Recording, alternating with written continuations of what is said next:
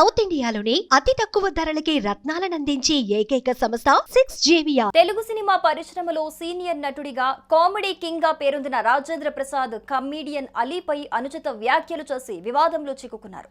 ఇటీవల దర్శకుడు ఎస్వి కృష్ణారెడ్డి జన్మదిన వేడుకల్లో ఈ సంఘటనకు సంబంధించిన వీడియో సోషల్ మీడియాలో వైరల్ అయింది. దీంతో రాజేంద్ర ప్రసాద్ పై తీవ్ర విమర్శలు వచ్చాయి. ఈ నేపథ్యంలో ఈ వివాదంపై కమీడియన్ అలీ స్పందించారు. నిన్న కృష్ణారెడ్డి గారి పుట్టినరోజు సందర్భంగా రాజేంద్ర ప్రసాద్ గారికి మాట తూలింది. సరదాగా అన్నారు. దీన్ని తీసుకుని వీడియో మిత్రులు వైరల్ చేస్తున్నారని అలీ అన్నారు. ఆయన మంచి ఆర్టిస్ట్, ఆయన దుఃఖంలో ఉన్నారు. ఇటీవల కాలంలో ఆయనకు అమ్మలాంటి కూతురు చనిపోయింది. అందుకోసం ఆయన కావాలని చెప్పింది కాదు, కావాలని ఈ విషయంలో రచ్చ చెయ్యకండి, ఆయన పెద్దాయన అని అలీ వీడియో విడుదల చేశారు.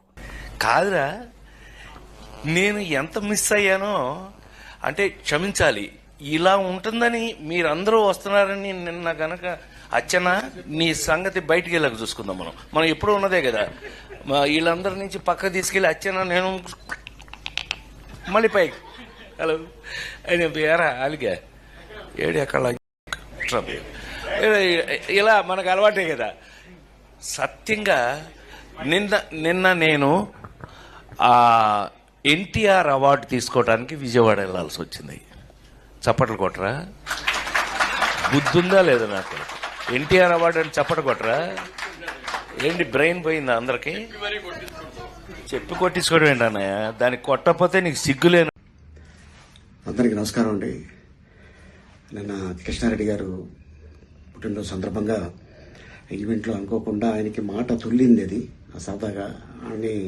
బట్ ఏంటంటే దీన్ని తీసుకొని మీడియా మిత్రులు దీన్ని కొద్దిగా వైరల్ చేస్తున్నారు. ప్లీజ్, ఆయన మంచి ఆర్టిస్టు, ఆయన పుట్టుక దుఃఖంలో ఉన్నాడు.